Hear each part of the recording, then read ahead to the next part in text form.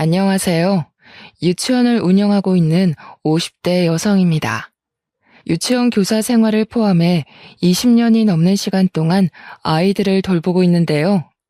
여전히 달라지지 않는 한 가지는 아이들을 돌보는 것이 정말 힘들다는 사실이에요. 하지만 그럼에도 제가 계속해서 유치원을 운영하는 것은 티 없이 맑은 아이들의 미소 때문이랍니다.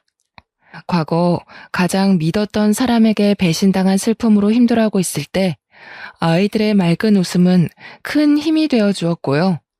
아마 아이들의 미소가 아니었다면 지금까지도 배신당한 과거에 사로잡혀 이렇게 사연을 보낼 용기도 내지 못했을 거예요. 초등학교 교사로 근무하시는 아버지와 유치원 교사로 일하셨던 어머니 덕분에 저 또한 자연스럽게 아이들을 가르치고 돌보는 일로 눈길을 돌렸던 것 같아요. 부모님께서도 유아교육과에 가는 것을 적극적으로 찬성하셨고요. 솔직히 결혼을 하고 아이를 낳고도 복귀해 일할 수 있는 직업은 그리 많지 않잖아요. 그래서 더 유아교육과를 가고 싶었던 것 같습니다. 유치원 교사가 되면 적어도 경력이 단절될 일은 없을 테니까요. 한 번도 휴학하지 않는 저는 졸업을 한 후 바로 유치원 교사로 취업을 하게 되었는데요. 비슷한 시기 유치원에 취업한 동기들이 말하길 유치원 교사로 일하면서 제일 힘든 것은 제멋대로 행동하는 아이와 대소변을 가리지 못하는 아이라고 하더라고요. 동기들의 푸념은 저 또한 충분히 이해가 갔습니다. 아직 20대밖에 되지 않는 친구들이 자기 자식도 아닌 남의 집 아이들의 대소변 가리는 것을 가르쳐주는 것은 쉽지 않은 일이잖아요. 하지만 저에게 가장 힘든 것은 유난을 피우는 학부모도 말을 듣지 않는 아이들도 아닌 바로 유치원 원장이었네요. 제멋대로의 원장에 비하면 그런 것들은 식은 죽 먹기처럼 쉬운 일이었어요. 예민하고 자기중심적인 원장은 자기 기분에 따라 행동하는 일이 많았거든요. 기분이 좋은 날이면 유치원 교사들에게 커피를 돌리는 등의 선행을 보이기도 했지만 기분이 안 좋은 날이면 창틀에 앉은 먼지 하나에도 꼬투리를 잡으며 늦게까지 잔소리를 늘어놓았어요. 퇴근 시간이 한참 지나고도 말이에요. 원장은 대체로 모든 유치원 교사를 마음에 들어하지 않았지만 그 중에서도 제일 마음에 들어하지 않는 것은 바로 저였습니다. 아무리 제멋대로인 원장이라 할지라도 몇십 년의 경력을 가진 베테랑급 교사들에게 난리를 피우고 싶지는 않았겠죠. 이기적이고 아이들을 좋아하지 않는 원장의 유치원이 학부모들 사이에서 입소문이 난 데에는 기존 유치원 교사들의 도움이 컸을 테니까요. 입사한 지 한 달도 안 돼 실수가 잦은 저는 원장의 먹잇감이 되기 일쑤였습니다. 항상 안 잊고 온 눈으로 쳐다보는 원장 때문에 출근을 하는 것이 아닌 살얼음판을 걷는 것 같은 기분이 들 때도 있었죠. 놀이터에서 놀던 아이가 넘어지기라도 하는 날엔 원장은 불같이 화를 내며 자기 방에 청소를 시켰고요. 그래도 화가 풀리지 않는 날이면 원장은 자신이 개인으로 타고 다니는 차에 세차까지 시켰답니다. 원장의 이런 만행은 교사들뿐만 아니라 학부모들 사이에서도 소문이 난 상태였어요. 원장의 차를 청소하고 꾸중을 듣는 모습을 본 아이들이 학부모들에게 귀뜸을 한 것이겠죠. 유치원에 있는 사람들은 모두 원장에게 괴롭힘을 당하는 저를 측은하게 생각했어요. 오죽하면 아이들까지 힘내라며 사탕을 쥐어줄 정도였거든요. 원장의 괴롭힘으로 너무 힘든 날이면 부모님에게서 온 전화도 받질 않았어요. 유치원 교사 생활을 잘하는 줄 아는 부모님에게 차마 힘든 것을 털어놓을 수 없었는걸요. 그래서 부모님 대신 친구들에게 하소연을 했답니다. 원장의 만행을 들은 친구들은 길길이 날뛰면 당장 그만두라고 말을 했고요. 부당한 대우를 받으면서도 그만두지 않는 저를 친구들은 바보라고 했는데요. 공고에 올라오는 유치원들 중 지금 다니는 곳보다 근무 조건이 좋은 곳이 없었기 때문에 그냥 참고 다닐 수밖에 없었네요. 친구들은 부당한 대우를 받으면서 일할 바에는 차라리 돈을 조금 덜 주더라도 정신적으로 편한 곳에 가서 일을 하라며 조언을 해주었지만 결혼 자금을 모아야 했기에 어쩔 수가 없었는걸요. 그리고 아무리 힘들다고 할지라도 저에게는 든든한 남자친구가 있었기에 이 정도의 힘든 것쯤은 견딜 수 있었어요. 남자친구는 같은 학교 선후배 관계로 20살 때부터 사귀어 6년이란 긴 시간 동안 제 곁을 지켜주었죠. 물론 결혼을 한다면 한결같이 옆을 지켜주었던 남자친구와 해야겠다는 생각을 했지만 남자친구는 사무관 준비로 바빴기에 결혼은 미룰 수밖에 없었어요. 남자친구가 바로 사무관에 합격한다고 해도 공시생 생활을 하면서 모은 돈이 있을 리가 없었기에 결혼 자금은 전적으로 제가 하는 것이 옳다고 생각했죠. 그래서 힘든데도 불구하고 악착같이 유치원에서 버틴 거고요. 다행히 남자친구는 제가 유치원에 입사한 지 1년 만에 사무관에 합격을 했습니다. 첫 출근을 한 후 남자친구는 곧장 프로포즈를 해주었죠. 한쪽 무릎을 굽히고 반지를 끼워주는 남자친구를 보자 저도 모르게 눈물이 나왔어요. 이 순간을 위해 그동안 몸이 부서져라 일을 한 거잖아요. 얼마나 고생했는지를 알기에 주변 동기들 또한 저희의 결혼을 진심으로 축하해 주었는데요. 남자친구의 어머니를 뵌 순간 저의 꽃길은 가시도 든 지옥길로 변하게 되었네요. 예비 시어머니는 다름 아닌 꿈에서도 마주치기 싫었던 원장이었거든요.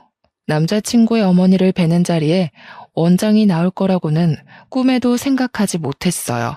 원장 또한 예비 며느리 자리에 제가 있는 것에 당황한 눈치였고요. 아버지 없이 힘들게 일을 하며 헌신적으로 남자친구를 키웠다는 어머니가 원장이라는 사실을 알게 되자 온몸에 소름이 돋더군요.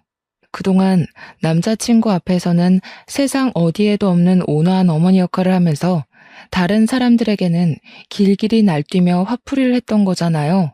남자친구가 잠시 전화를 받으러 밖으로 나간 사이 원장은 미소를 띠고 있던 가면을 벗어던지고 본색을 드러내었어요. 참나, 정성스레 차린 밥상에 개 앉은 꼴이라니. 니까짓 게 어디라고 감히 우리 아들 옆자리에 앉아? 너 말해봐라. 우리 아들 보고 일부러 내가 운영하는 유치원에 얼굴 들이민 거지? 내세울 게 없으니 얼굴 도장이라도 찍으려고. 그게 무슨 말씀이세요, 원장님? 원장님이 기준 씨 어머니라는 거 알았으면 제가 진작에 말했겠지 왜 숨기고 있었겠어요. 원장은 유치원에 취업을 한 것부터 그동안 자신이 행패를 부려도 참은 것까지 모두 사무관이 된 남자친구의 옆자리를 노리고 한 행동이라고 생각을 하는 듯했어요. 아무리 아니라고 말을 해보아도 원장의 머릿속에 저는 음흉하게 남자친구를 차지한 여자가 되어 있었죠. 긴 말 할 거 없고 당장 헤어져라. 번듯한 사무관인 우리 아들한테 유치원 교사 나부랭인 네가 어디 가당키나 하던? 자고로 결혼이란 비슷한 급인 사람끼리 해야 오래가는 법이야. 다 늙어서 이웃녀 딱지 붙이고 재혼도 못해서 달방에서 혼자 살까 걱정돼서 해주는 말이니 새겨듣고 지금이라도 네 급에 맞는 남자 만나라. 그동안 제가 원장님 마음에 안 들었다는 거 잘 알지만 지금도 노력하고 있고 앞으로도 원장님 마음에 들려고 노력할 거예요. 그러니까 제발 결혼만큼은 허락해주세요. 아이고, 우리 아들 눈에 쓸데없는 콩깍지 붙여놓은 것도 모자라 하다 이제는 우리 귀한 아들 옆자리까지 넘보는구나. 너 때문에 우리 아들이 마다한 여자가 몇이나 되는 줄 알고 이런 허무맹랑한 소리를 해. 우리 아들이 마다한 여자 중에 눈 감고 아무 여자나 집어다가 앉혀놔도 너 같은 것보다 100배, 아니 1000배는 나을 거다. 가진 게 없으면 염치라도 있어야지. 어디 감히 우리 아들을 넘봐. 자존심도 구기고 빌었지만 원장은 꿈쩍도 하지 않았어요. 오히려 더욱더 밀어내는 것 같았고요. 원장은 유치원 교사가 된 것이 공부를 안 해서라고 했는데요. 참 씁쓸했어요. 물론 안정성과 여러 가지 상황을 보고 직업을 선택한 것은 맞지만 아이들을 사랑하는 마음만큼은 진심이었는걸요. 똑같이 아이들을 가르치고 돌봐주는 입장에서 원장에게 안 좋은 말을 들으니 기분이 썩 좋지는 않더군요. 원장의 말을 듣다 보니 스스로가 못난 사람이 된 것 같았고요. 하지만 그럼에도 남자친구를 포기할 수 없었어요. 그래서 원장에게 저희의 결혼을 허락해달라 싹싹 빌 수밖에 없었습니다. 눈물까지 보이며 빌었던 것이 효과가 있었는지 원장은 못마땅한 눈으로 쳐다보면서도 결혼만큼은 허락한다고 말했어요. 대신 원장의 말이라면 무조건 따라야 한다는 이상한 조건이 걸리긴 했지만 왜 그런 말이 있잖아요. 사랑하면 약자가 된다는. 남들이 보기에는 저를 바보같이 봤을 수도 있어요. 남자친구에게 말을 해서 합의를 봐도 되는 일이니까요. 생각해보면 겁이 났던 것 같습니다. 아버지도 없이 혼자서 자신을 길러준 어머니에게 남자친구는 깊은 애정을 가지고 있었거든요. 물론 남자친구의 사랑이 깊기는 했지만 그럼에도 어머니에 대한 사랑을 이길 수 있는 것은 아니니까요. 우여곡절 끝에 결혼을 한 후 저희 부부는 유치원과 가까운 곳에 구축 아파트에 신혼집을 마련하게 되었답니다. 아파트의 전세금은 전부 제가 모은 돈으로 해결을 했는데요. 남편은 그게 퍽 미안했는지 월급의 70%를 건네주더군요. 그동안 뒷바라지하느라 고생했으니 앞으로 자신이 호강시켜주겠다면서요. 물론 부잣집처럼 호화로운 생활을 할 수 있는 정도의 돈은 아니었지만 그럼에도 행복했네요. 아무리 사랑하는 사이라고 해도 월급의 대부분을 넘겨주는 것이 쉬운 일은 아니잖아요. 결혼 후 남편은 유치원 교사 일을 쉬길 원했습니다. 유치원 교사 생활을 하면서 힘들어한 것을 제일 옆에서 지켜봤으니 그럴 만도 했죠. 저 또한 기회만 된다면 퇴사는 아니더라도 잠시 일을 쉬면서 한숨을 돌리고 싶었어요. 그렇지만 그러기 위해서는 시어머니라는 큰 산을 넘어야 했기에 잠시 쉬고 싶다는 이야기를 쉽게 꺼내지 못했네요. 결혼 후 행복하지 않은 점을 꼽으라고 하면 그건 바로 퇴근하면 신경 쓰지 않아도 될 원장님이 시어머니가 되었다는 점이었어요.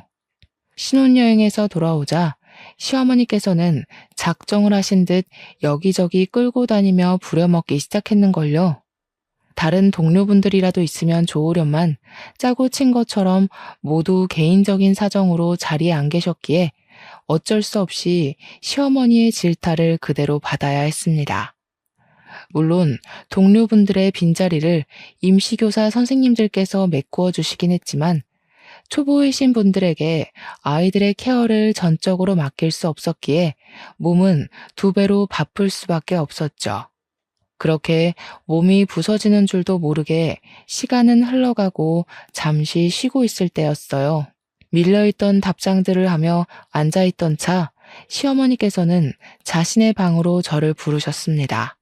방으로 가니 시어머니께서는 뜻밖의 이야기를 꺼내시더군요. 집안이며 학벌이며 잘난 게 없으면 빨리 애라도 낳아서 우리 아들 대일 생각을 해야지. 다른 교사들 복귀하는 대로 사표 내고 애부터 가질 생각해라. 네? 그럼 그만두고 가정주부를 하라는 말씀이세요? 당황스러웠습니다. 시어머니라면 당연히 맞벌이를 하라고 말씀하실 줄 알았거든요. 쉬지도 않고 맞벌이를 하라는 말을 들어도 서러울 테지만 아무런 언질도 없이 일을 그만두라니 이건 이거대로 서운하더라고요. 아무리 아이가 중요하다고 해도 그만두고 나면 그동안 쌓았던 경력이 모두 없어지는 거잖아요. 그래서 시어머니에게 차분히 저희 부부의 생각을 말씀드렸죠. 물론 언젠가 아이를 갖긴 할 테지만 지금은 신혼생활을 즐기고 싶다고요. 예, 너는 지금 드라마 찍니? 너희 나이가 몇인데 신혼생활이야. 당장 애 가질 생각부터 해야지. 임신하려면 여자 나이가 얼마나 중요한데. 지금 너처럼 신혼생활 즐기겠다고 애 계획 미루다. 자연 임신 불가 판정받고 시험관이며 인공수정이며 하려고 병원 오가는 부부 보는 게 어디 한두 번이었는지 아니? 자고로 1살이라도 어릴 때 임신을 해야 애 머리가 좋은 법이야. 군말하지 말고 당장 이번 연도에 임신할 계획부터 세워라. 아이 문제는 혼자서 결정할 수 있는 일이 아닌 것 같아서요. 남편하고 상의하고 다시 말씀드릴게요. 화장실 들어갈 때랑 나올 때 마음이 천지 차이라더니 지금 네가 딱 그 짝이구나. 간이고 쓸개고 내줄 것처럼 구는 게 하도 딱해서 사람 인생 구하는 셈치고 우리 아들이랑 결혼시켜줬더니 어디 지금 와서 딴소리야? 이제 지장도 찍어서 심히 말은 들을 필요도 없다 뭐 그런 거냐? 그런 게 아니라요, 어머니. 아직 결혼한 지 한 달도 안 돼서 아이 먼저 말씀하시니 당황스러워서 그랬어요. 그런 뜻으로 말씀드린 건 아닌데 불쾌하셨다면 죄송해요. 이해해보려고 했지만 솔직히 시어머니의 행동을 이해할 수는 없었어요.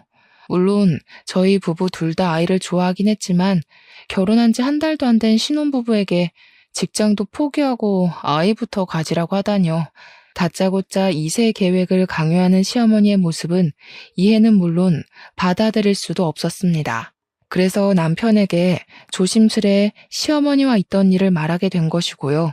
제 말을 듣자 남편은 시어머니가 왜 그러는지 설명을 해주었어요. 알고 보니 일찍 돌아가신 시아버지에게는 3명의 형제분이 있었는데요.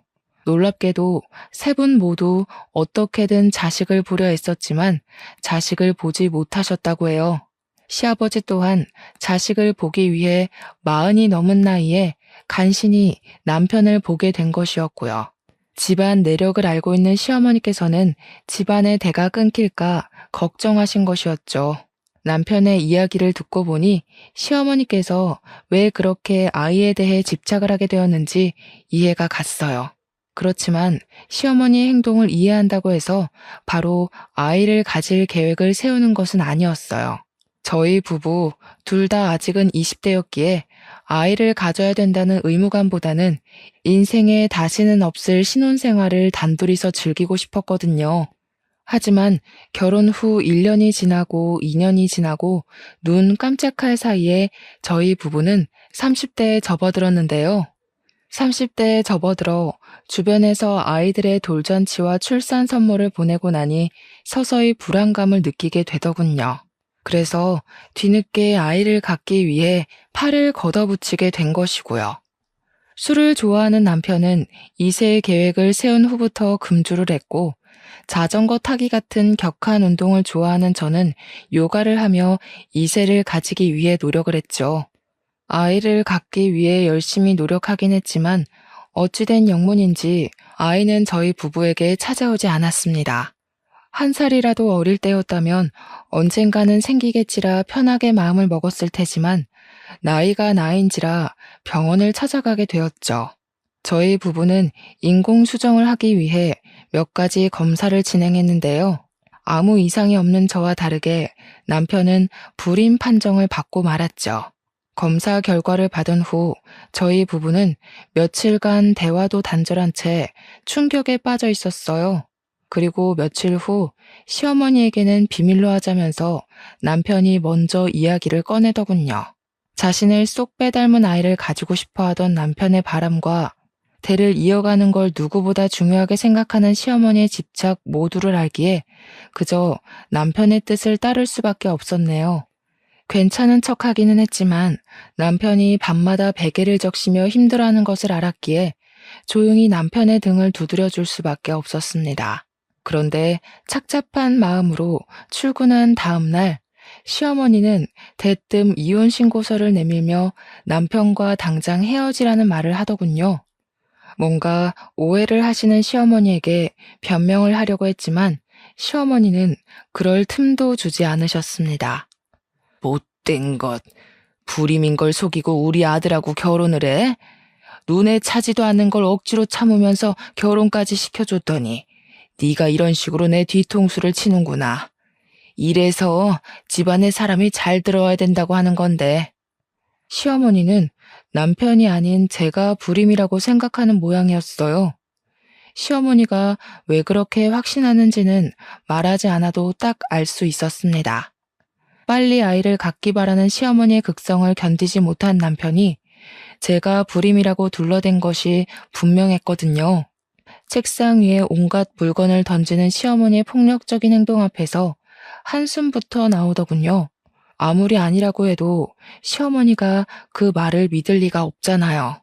그래서 변명을 하는 것이 아닌 그저 가만히 있을 수밖에 없었는데요. 시어머니는 그게 더 마음에 들지 않는지 길길이 날뛰며 화를 내셨습니다.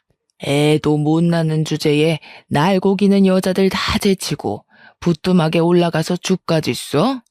나는 귀한 우리 아들 옆에 알맹이도 없는 빈 상자가 떡하니 자리 차지하고 있는 걸 못 본다. 아무리 우리 아들이 탐나도 그렇지 불임인 주제에 손귀한 집에 며느리로 들어오다니 네가 제정신이냐? 긴 말할 거 없고 당장 이혼부터 해라. 이혼하라는 말을 끝으로 저는 원장실에서 쫓겨나듯이 나오게 되었어요. 너무나 갑작스럽게 이루어진 일에 문 앞에 서 있자 문득 그런 생각이 들더라고요. 남편이 너무하다는 생각 말이에요. 아무리 자신이 불임인 것을 시어머니에게 들키기 싫어도 그렇지 가뜩이나 미움받고 있는 아내에게 자신이 불임인 것을 뒤집어 씌우다뇨.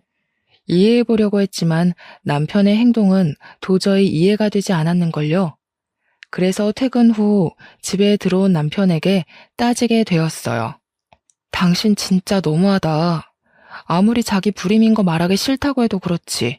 어떻게 몸 멀쩡한 부인한테 불임이라고 뒤집어 씌울 수가 있어.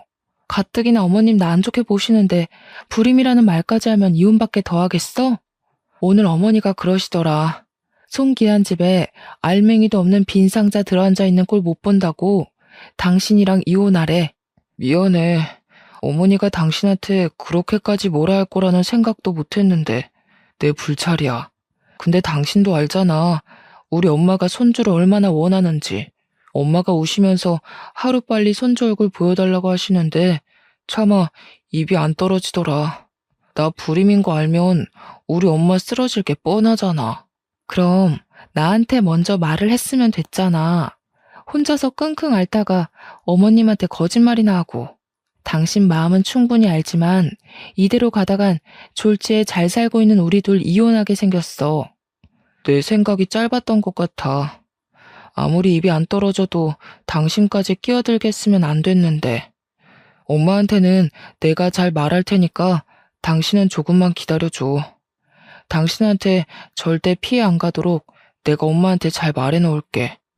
시어머니에게 온갖 치욕스러운 말을 들었을 때만 하더라도 남편에게 따지고 싶었지만 막상 남편의 풀죽은 모습을 보니 그렇게 못하겠더군요. 가장 현실을 받아들이지 못하는 당사자 또한 남편일 테니까요. 그래서 한동안 시어머니에게 남편이 불임인 것을 숨기기로 했답니다. 부부의 치부까지 눈 감아주는 것이 진정한 사랑이라고 생각했거든요. 남편은 시어머니를 찾아가 저를 괴롭히지 말라고 신신당부를 한 모양이었지만 그럴수록 시어머니의 행패는 더 심해졌습니다. 요망한 것이 자신의 아들을 홀려서 대를 끊어놓는다며 입에 담지도 못할 말을 하면서요. 그렇게 시어머니의 행패로 심신이 지쳐갈 때쯤 유치원에서는 새로운 아기가 들어오게 되었어요. 아이는 동네에서 폐지 줍기로 유명한 할아버지의 손주였죠. 딱 보기에도 경제적으로 부족해 보이는 아이가 저희 유치원에 입학하다니 처음에는 의문이 들었어요. 저희 유치원은 소수 정원만 받는 사립 유치원이다 보니 다달이 내는 돈이 만만치 않았거든요. 아이는 세탁이 잘 되지 않은 옷을 일주일 내내 입는 것은 물론이거니와 식사 예절 또한 전혀 배우지 못해 수저가 아닌 손으로 밥을 집어먹기 일쑤였는데요. 아이의 상태가 이렇다 보니 다른 유치원 아이들은 점점 그 아이를 피하더군요. 앞에서는 모두들 친하게 지내라 말을 하기는 했지만 선생인 저희들이 보기에도 부족한데 다른 유치원 아이들은 오죽할까라는 생각도 들었죠. 이쯤 되니 남들의 이목을 가장 중요하게 생각하는 시어머니가 무슨 생각으로 아이를 입학시켰는지 의문이 들었어요. 그래서 시어머니에게 욕을 먹을 각오를 하고 물어보게 된 것이고요. 말을 들어보니 시어머니는 아이의 할아버지에게 평소 받는 비용의 2배 이상을 받고 있었습니다. 시어머니의 만행을 알고 나니 소름이 돋더군요. 시어머니가 돈에 눈이 먼 것은 알았지만 경제적으로 부족한 분들의 주머니를 감당할 정도로 악질인 줄은 몰랐으니까요. 그래서 결심하게 되었죠. 교사의 도리로 아이가 유치원에 다닐 동안만이라도 사랑과 존중으로 아이를 가르쳐야겠다고요. 제일 먼저 한 것은 한글을 가르쳐 주는 것이었어요. 6살인데도 불구하고 한글을 쓰지 못한다는 것은 있을 수 없는 일이잖아요. 그래서 아이의 할아버지에게 양해를 구하고 아이에게 한글을 가르쳐 주게 되었는데요. 아이는 가르쳐 주면 가르쳐 주는 대로 쑥쑥 흡수를 하는 스펀지 같았습니다. 가르치는 입장에서 아이는 참 탐나는 인재였어요. 2달 전까지만 해도 한글에 한 글자도 못 쓰던 아이가 받아쓰기에 100점을 받을 정도로 발전을 한다는 것은 선생의 노력과는 별개로 아이의 학습 능력이 뛰어나지 않으면 절대로 불가능한 일인 거잖아요. 그 후 아이에게 한글뿐만 아니라 기본적인 예절까지 같이 가르쳤는데요. 아이의 노력과 저의 정성이 통해서인지 아이는 다른 유치원 아이들과 잘 어울렸습니다. 그 모습을 보니 참 흡족했죠. 하지만 그것도 잠시 노쇠해 가는 할아버지의 모습을 보자 아이가 걱정되더군요. 아이에게는 할아버지 이외에 그 어떤 일가 친척도 안 계셨거든요. 그래서 휴대폰 번호를 알려주며 무슨 일이 있을 시 꼭 전화해달라고 말을 하게 된 것이고요. 그리고 아이에게 번호를 준 지 딱 1달째 되던 날 우려하고 있던 일이 일어나고 말았습니다. 늦은 주말 저녁을 먹고 일찍 잠자리에 들려고 할 때 모르는 번호로 전화가 걸려왔죠. 전화를 건 상대는 바로 아이였어요. 아이는 울먹거리며 할아버지가 숨을 쉬지 않는다고 했습니다.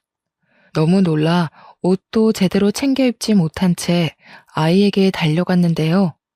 아이의 할아버지는 이미 눈을 감으신 상태였고 저는 아이를 대신해 상황을 수습하기 시작했죠. 일가 친척들도 없는 할아버지의 장례식은 참 초라하게 끝이 났어요. 이쯤 되니 할아버지가 어떻게 그 비싼 돈을 주고 아이를 유치원에 입학시켰을지 의문이었습니다. 기초수급자였던 할아버지에게 갑자기 큰 돈이 생겼을 리가 만무한 거잖아요. 장례식이 끝난 후 아이는 한참 동안 울기만 했어요. 원칙대로라면 가족이 없는 아이를 고아원에 맡기는 것이 맞았지만 차마 그렇게 할 수 없었네요. 아직 가족의 보살핌이 필요한 아이가 고아원에 가 고생할 생각을 하니 눈물이 앞을 가렸는걸요. 그래서 일단 집으로 데려가기로 했습니다. 이미 남편에게는 전후 사정을 다 말한 상태였기에 남편 또한 아이를 따뜻하게 맞이해 주었고요. 꼬질꼬질한 아이를 씻기고 요리를 해주자 아이는 눈물을 뚝뚝 흘리더군요. 제가 자신의 엄마였으면 참 좋겠다면서요. 그 말을 듣는데 가슴이 너무나 아려왔습니다. 머리로는 아이를 고아원에 보내야 한다는 것을 알고 있었지만 마음만은 차마 아이를 떠나보내지 못하겠더라고요. 그래서 몇 날 며칠 고민을 하던 중 결국 아이를 입양하기로 결정을 하였죠. 남편과의 사이에서 아이를 갖지 못해 만약 후일에 아무런 연고도 없는 아이를 입양할 바에는 지금 아이를 입양하는 것이 더 나은 선택이라고 생각했거든요. 남편 또한 수도분하고 예의 바른 아이를 마음에 들어 했기에 입양 절차는 일사천리로 해결이 되었는데요. 문제는 역시나 시어머니였네요. 남편이 입양 사실을 털어놓은 당일부터 집을 찾아온 시어머니는 당장 아이를 고아원에 갖다 놓으라며 윽박을 지르셨습니다. 네가 기어코 이를 치는구나. 어디 감히 손귀한 우리 집안에 팬티 하나도 살 돈이 없던 거지 새끼를 입양해와.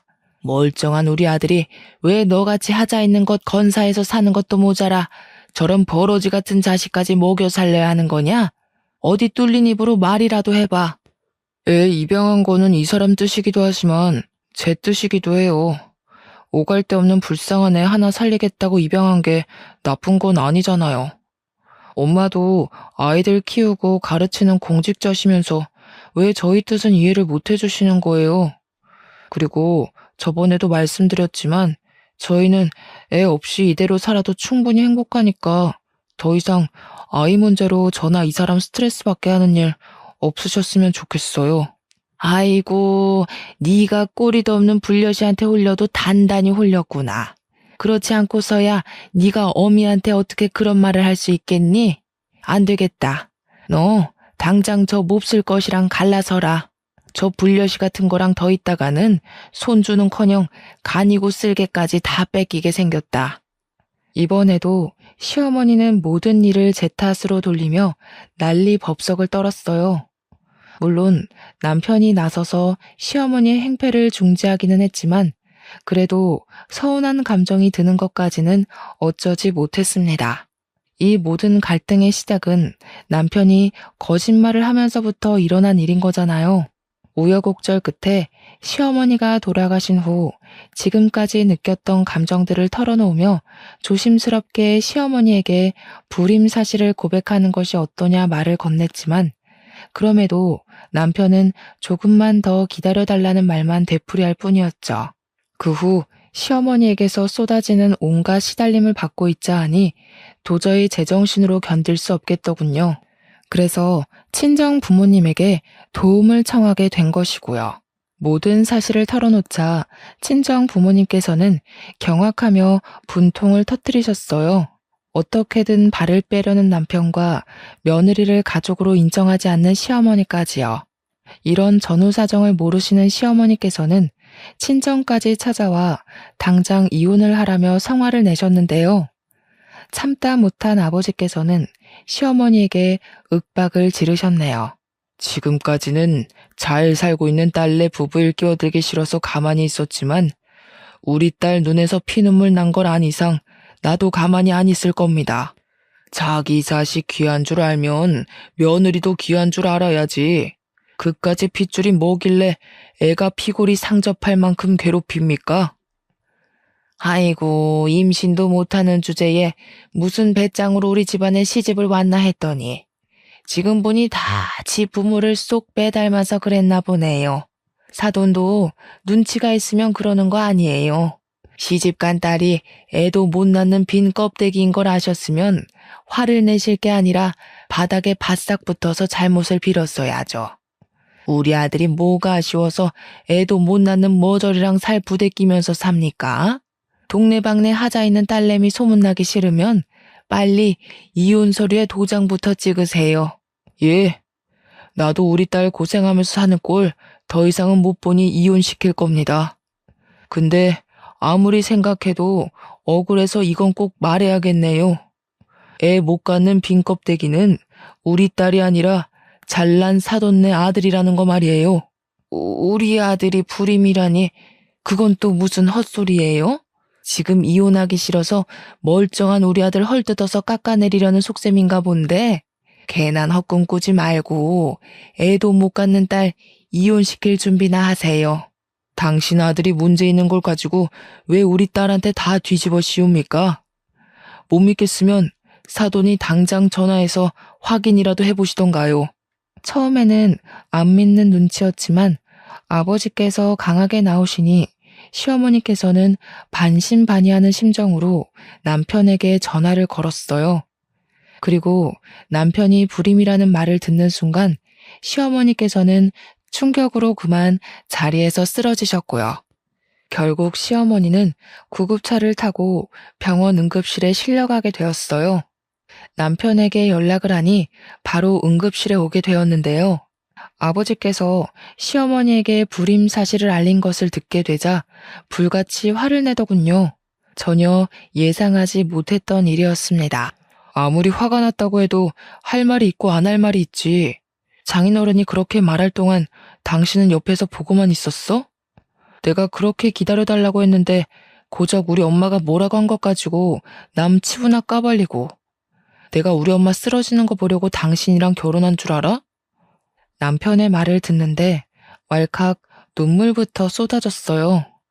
그동안 남편의 불임 사실을 숨기기 위해 시어머니에게 듣지 않아도 될 모욕과 멸시까지 당하며 꾹 참았는데 이런 식으로 나오다뇨. 제가 한 수많은 희생은 모른 척한 채 이기적으로 나오는 남편의 태도는 서운하다 못해 실망스럽기까지 했습니다. 불임소동이 있는 후 남편과의 사이는 급속도로 안 좋아져 각방을 쓰는 지경까지 이르게 되었어요. 그리고 각방을 쓴 지 1년도 안 돼 남편은 이혼을 요구해 왔고요. 일이 어찌되었던 남편과 이혼하기 싫었기에 어떻게 해서든 남편의 마음을 돌려보려고 애를 쓰게 되었습니다. 다시 한 침대를 써보려고 하고 둘만의 시간을 보내며 서로에 대한 이야기를 나누면서요.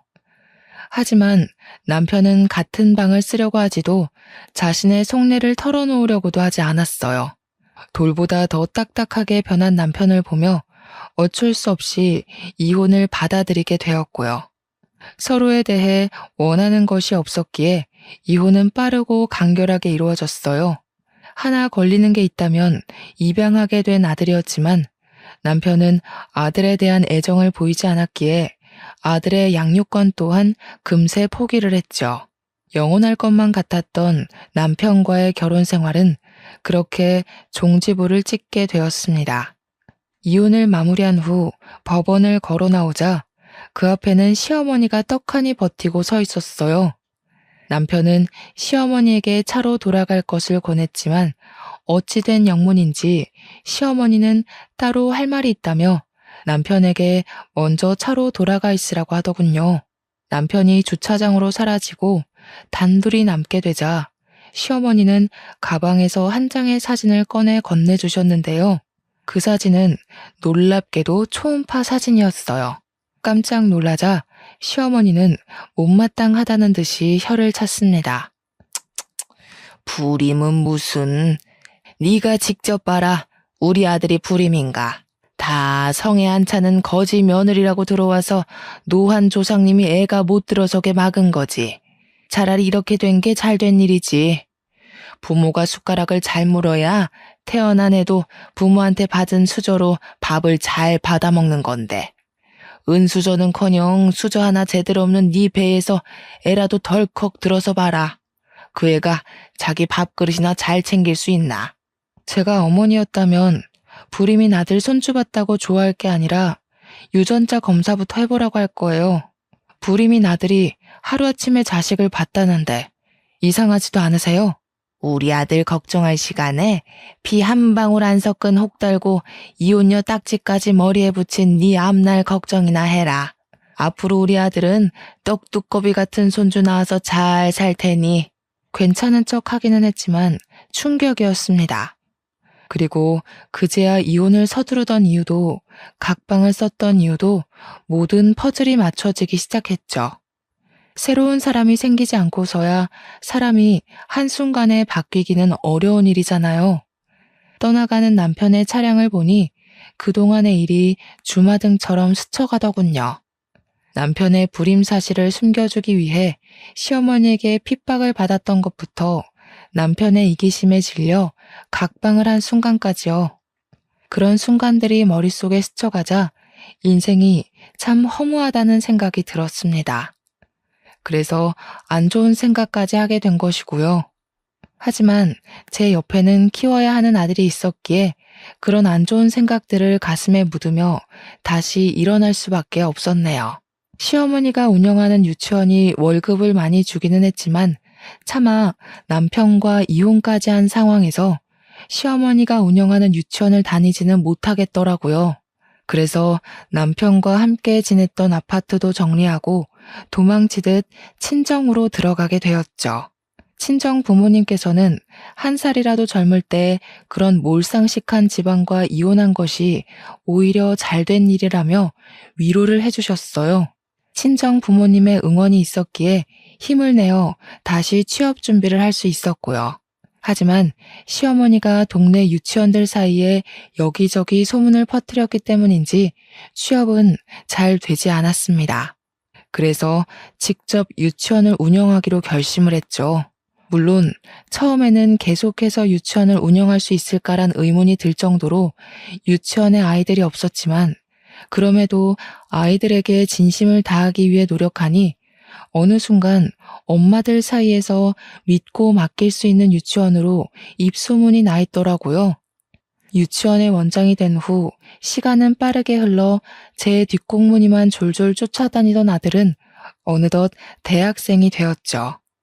운영하는 유치원도 안정이 되고 아들 또한 공부를 잘해 속히 말하는 명문대에 입학을 해 우수한 성적으로 장학금을 받았기에 제 노년의 나날은 행복의 연속이었어요. 남편과 시어머니에게 받은 상처와 슬픔을 보상받는 기분이랄까요? 하지만 그건 순전히 착각에 불과했습니다. 저희 유치원에는 유난히 장난이 심한 여자아이가 한 명 있었는데요. 처음에는 약간의 꾸중으로 아이의 행동을 바로잡으려 했지만 아이의 장난은 점점 도가 지나쳐 갔어요. 다른 아이들에게 피해가 갈 정도로요. 다른 학부모들의 언성이 높아져 하는 수 없이 아이의 엄마에게 전화를 걸게 되었죠.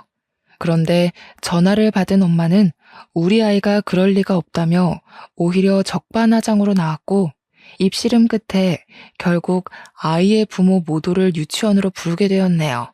그런데 아이의 아빠를 보는 순간 할 말을 잃고 말았습니다. 아이의 아빠는 다름 아닌 전 남편이었거든요. 전 남편 또한 많이 놀란 듯 입을 번긋거리더니 아이의 엄마를 먼저 보낸 후 따로 이야기할 것을 권했어요. 제 기억이 맞는다면 남편의 아이는 중학생이 되었을 텐데 어린 딸아이가 있다니 조금 의아했죠. 의아해하는 표정을 읽었는지 남편은 숨겨졌던 이야기를 털어놓기 시작했어요.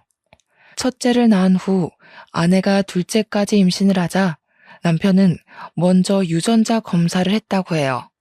유전자 검사에서 모두 친자 확인이 된 후에는 다시 병원에 검사를 해봤고요. 놀랍게도 다시 한 검사에서 남편은 불임이 아닌 것으로 판명이 났다더군요.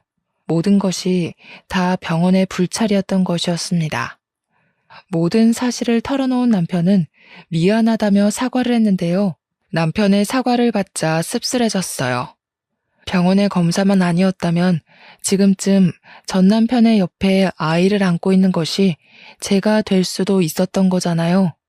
끝난 줄 알았던 전 남편과의 재회는 다시금 우울감을 주었어요.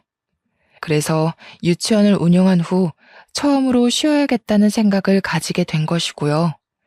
잠시 유치원 선생들에게 제가 할 일을 떠넘긴 후 제일 먼저 한 것은 이사였습니다. 어차피 아들 또한 대학교 때문에 서울로 올라갔기에 더 이상 혼자서 넓은 집에 살 이유가 없었거든요. 한적한 시골로 이사를 간 후였습니다. 집 정리로 한참 정신없던 차 한 통의 전화가 걸려오더군요. 전 남편의 내연녀였죠. 전화를 받자마자 내연녀는 다짜고짜 상스러운 말을 하며 화를 냈습니다. 당신, 우리 애 아빠 보려고 문제도 없는 우리의 문제 있다고 말 갖다 붙이면서 유치원으로 우리 부부 불러들인 거지? 뻔뻔하게 헤어졌으면 그걸로 끝난 거지. 어디 애까지 들먹이면서 가정까지 있는 남자를 넘보려고 해? 당신같이 파렴치한 인간한테 우리 딸을 맡긴 내가 잘못이지. 내가 당신 교육청에 고발하고 이 동네에서 얼굴도 못 들고 다니게 할 테니까 유치원 문 닫고 손가락 빨 준비나 해. 기가 차 아무 말도 할 수가 없었어요. 끝난 사이도 아니고 갈등에 종점을 찍은 후 이혼을 했는데 아무리 좋았다고 한들 애틋한 감정이 남아있을 리가 없잖아요. 그래서 내연녀에게 차분히 설명을 했죠. 하지만 설명을 듣고 난 후 내연녀는 오히려 다 끝난 본처 행세를 한다며 더욱더 화를 내더군요. 전화가 끊긴 후 작은 소동이라 생각하며 이 일을 그냥 넘기려 했습니다. 내연녀는 생각보다 더 지독하고 악랄한 사람이더군요. 이사한 주소를 어떻게 알아냈는지 내연녀는 제가 사는 곳까지 찾아와 쌍욕을 하며 오히려 저를 내연녀 취급하기까지 했거든요. 남편에게도 이 사실을 알렸지만 애초에 남편은 문제를 나서서 해결하는 사람이 아닌 회피하고 넘어가는 사람이었기에 큰 기대는 하지 않았어요. 남편의 성정을 잘 알았기에 변호사를 구하려 힘썼고요. 다행히 친구의 도움으로 괜찮은 변호사를 구하게 되었는데요. 변호사는 꼼꼼한 일처리로 내연녀에게 접근 금지 명령을 신청하는 것과 더불어 스토커 죄까지 물며 벌금형까지 선고를 했습니다. 변호사의 도움으로 골칫거리였던 내연녀는 떨어져 나갔고요. 내연녀의 일이 끝난 후 몇 번이나 변호사에게 고맙다고 인사를 했죠.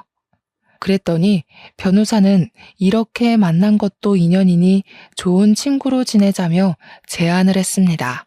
처음에는 단순한 이유로 시작한 사이였지만 변호사는 알고 지내면 지낼수록 참 괜찮은 사람이었어요. 친분이 두터워질 때쯤 변호사는 개인적인 이야기를 들려주었죠. 젊은 시절 변호사는 친구와 여행을 가던 중 교통사고를 당하게 되었다고 해요. 졸음운전을 하던 화물차 때문이었는데요. 목숨을 부지한 변호사와 다르게 운전대를 잡고 있던 친구는 안타깝게도 운명을 달리했다더군요.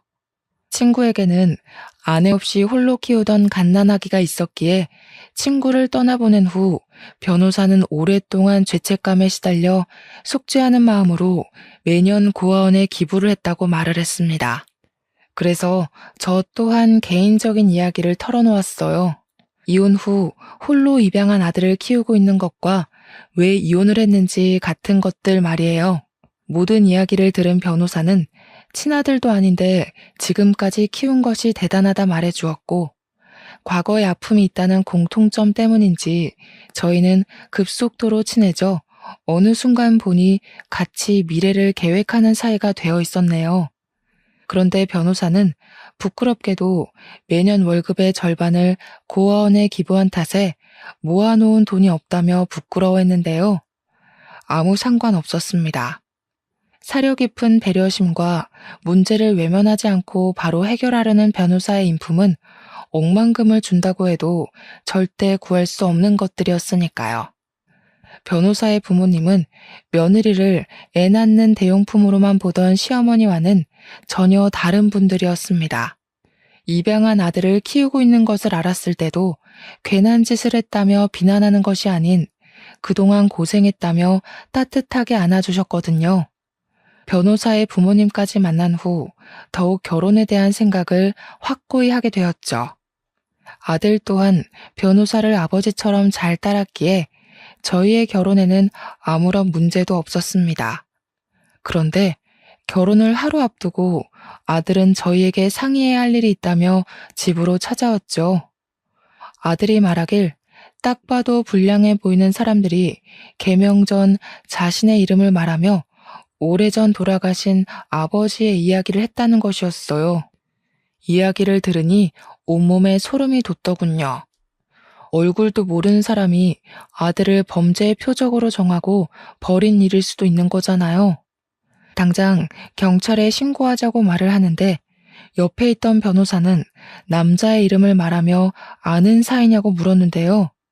아들은 소스라치게 놀라며 변호사에게 친아버지의 이름을 어떻게 아느냐고 되묻더군요.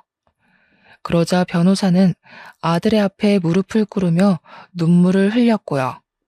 내가 눈앞에 너를 두고도 몰라봤구나.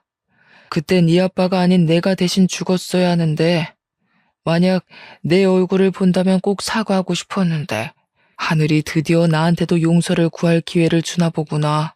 그럼 아빠랑 같이 여행을 갔다던 사람이 아저씨였던 거예요? 네가 보기에 변명같이 들릴지도 모르겠지만 그동안 네 할아버지에게 매달 돈을 드리려고 노력했어. 그게 내가 할 수 있는 유일한 사죄의 길이라고 생각했거든. 변호사의 말을 듣고 보니 아주 오래전 품었던 의문이 풀리기 시작했습니다. 폐지를 주워 팔며 어렵게 생계를 유지하던 할아버지가 아들을 비싼 사립 유치원에 보낼 수 있었던 것은 변호사가 보내온 돈이 있었기에 가능한 일이었죠. 할아버지가 돌아가시고 아들이 제품으로 온 후 변호사는 행방이 묘연해진 아들에게 항상 미안한 마음을 품으며 아들에게 보냈어야 할 돈을 고아원에 보낸 것이고요. 저와 결혼을 앞두고 죽기 전 한 번이라도 아들을 봐야겠다는 일념으로 변호사임에도 불구하고 흥신소의 도움을 받아 아들을 찾아다녔다며 눈물을 훔쳤죠. 모든 사실을 알게 된 저희 가족은 한바탕 눈물을 흘리고 모두 퉁퉁 부은 눈으로 결혼식에 참석을 하게 되었는데요. 후회는 없었습니다. 진정한 가족이 함께하는 미래에는 결혼식보다 더 행복하고 웃을 일이 많다고 생각했으니까요. 결혼식을 올린 후 저는 다시 유치원에 복귀했어요. 한 가지 달라진 점이 있다면 제 옆에는 영원한 인생의 동반자가 생겼다는 것이랄까요? 전에 같이 일하던 유치원 교사에게 듣기로 전 남편은 얼마 전 이혼했다는 소식을 전해주었어요. 이혼 사유는 심각한 내연녀의 의부증이라네요. 전 남편과 이혼을 했을 때만 해도 세상이 무너지는 것 같은 절망감을 느꼈지만 시간이 지나고 나니 전 남편과 이혼을 한 것이 참 다행이라는 생각이 드네요. 이혼하지 않았다면 소중한 아들을 키우지도 이렇게 좋은 사람을 만나 행복한 생활을 누리지도 못했을 게 뻔한걸요.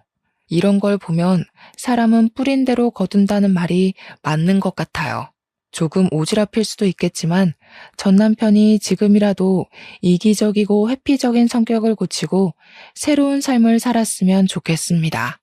현재 힘든 시간을 보내고 있는 분이 계시다면 희망을 잃지 마시고 꼭 앞으로 나아가셨으면 좋겠어요. 아무리 힘든 일이 있다고 해도 앞으로 나아가다 보면 그 끝에는 꼭 희망이 기다리고 있을 테니까요. 그럼 지금까지 기구했던 저의 사연을 들어주신 시청자분들에게 감사하며 이만 물러가도록 하겠습니다.